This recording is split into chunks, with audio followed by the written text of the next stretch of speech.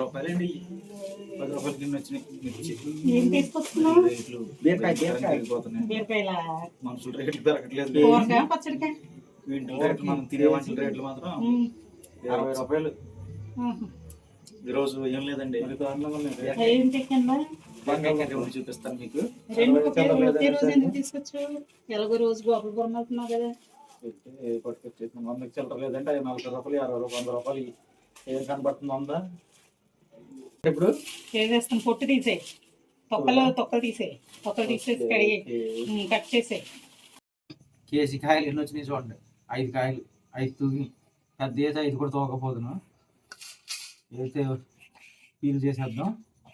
మరీ లోపలికి పీల్ చేయకూడదండి.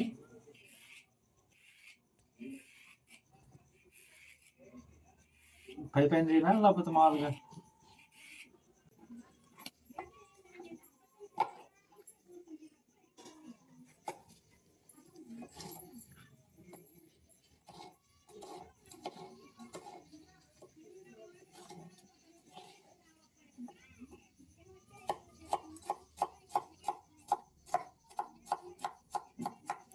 చిన్న చిన్న ముక్కలు కలెక్ట్ చేసేద్దాం. కూరలోకి కదండి, చక్కగా చిన్నగా వేసేసుకుంటే మగ్గేస్తాయి మనకి.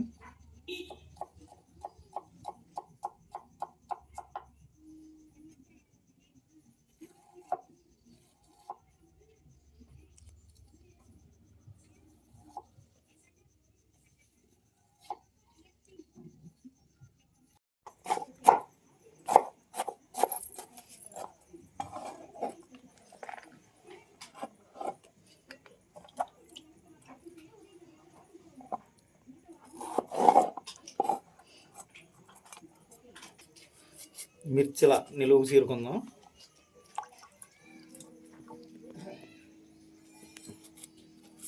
అంతేనా? అంతే. కారం ఎక్కువ సరిపోద్దాం. సరిపోద్ది కేజీగా. తీయగుంటే టేస్ట్ ఉండదు. ఓకే, ఇవ్వండి. ఉల్లిపాయ అవసరం లేదు కదా దీంట్లోకి? ఉల్లిపాయ వద్దు, తీయగా అయిపోద్ది. అదే ఉల్లిపాయ లేకుండా మిర్చి ఇవన్నీ కలిపేసి నూనెలో చక్కగా వేగించేసి మీకు చూపిస్తామండి వంట. ఇదిగోండి కోసేసినవి, ఇవ్వండి అవి కూడా దాంట్లో కలిపి. ఇదిగోండి, ఇంకా బాణీ అయితే రెడీ చేసుకుంటారు.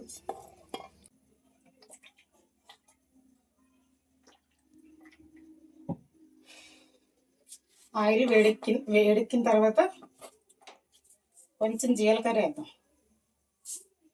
వేడెక్కేసింది, ఎందుకంటే సిమ్లో వేయలేదు కదా, అందుకని వేడెక్కేసింది.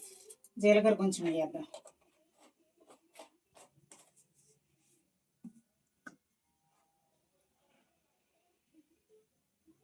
నెక్స్ట్ ఇవి కట్ చేసి ఉంచినవి కూడా మొత్తం వేసేద్దాం ఒకేసారి.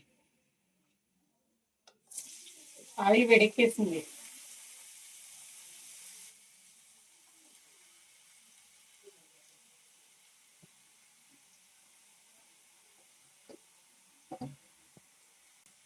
కొంచెమే వేద్దాం, ఎందుకంటే ఉడుకుతా దగ్గరికి వచ్చేస్తుంది కదా, మళ్ళీ ఉప్పగా అయిపోద్ది.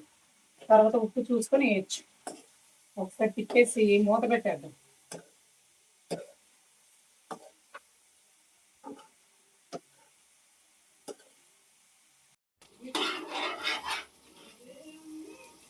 కనిపిస్తుందా వాటర్? ఇంకాసేపు ఇంకిన తర్వాత అప్పుడు పసుపు వేస్తారు. సాల్ట్ వేసాం కదండి, అందుకే వాటర్ ఇచ్చింది. అవన్నీ వాటర్ బాగా దగ్గరికి చేశాక మిగతా ఇంగ్రీడియంట్స్ వేద్దాం.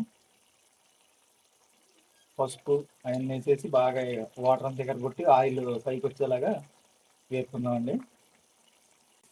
పసుపు కొంచెం వేస్తున్నానండి. కొంచెం ఎందుకు, ఎంతో వెయ్యి సరిపడా. ఎక్కువ వేయకూడదు పసుపు, నాన్ వెజ్లో ఎక్కువ వేస్తాయి. కొంచెం అంటారు సబ్స్క్రైబ్ అంటే కొంచెమేనా మిలిగి? కొంచెం వేయాలి, ఎక్కువ వేయకూడదు. తెల్లగా కనిపిస్తుంది. అది తెల్లగానే ఉంటుంది కానీ టేస్ట్గా ఉంటుంది. మళ్ళీ మూత వేస్తున్నాం. అల్లం వెల్లుల్లి పేస్ట్. అల్లం వెల్లుల్లి పేస్ట్ వేయకూడదు కదా, కచ్చపచ్చ దంచుకోవాలి కదా. అదే కచ్చపచ్చ దంచిన అల్లం వెల్లుల్లి. మరి పేస్ట్ అంటావా? అల్లం పేస్ట్కి వాటికి చాలా తేడా ఉంటుంది. తెలియదులే మాకు, నీకే తెలుసు. ఉమ్.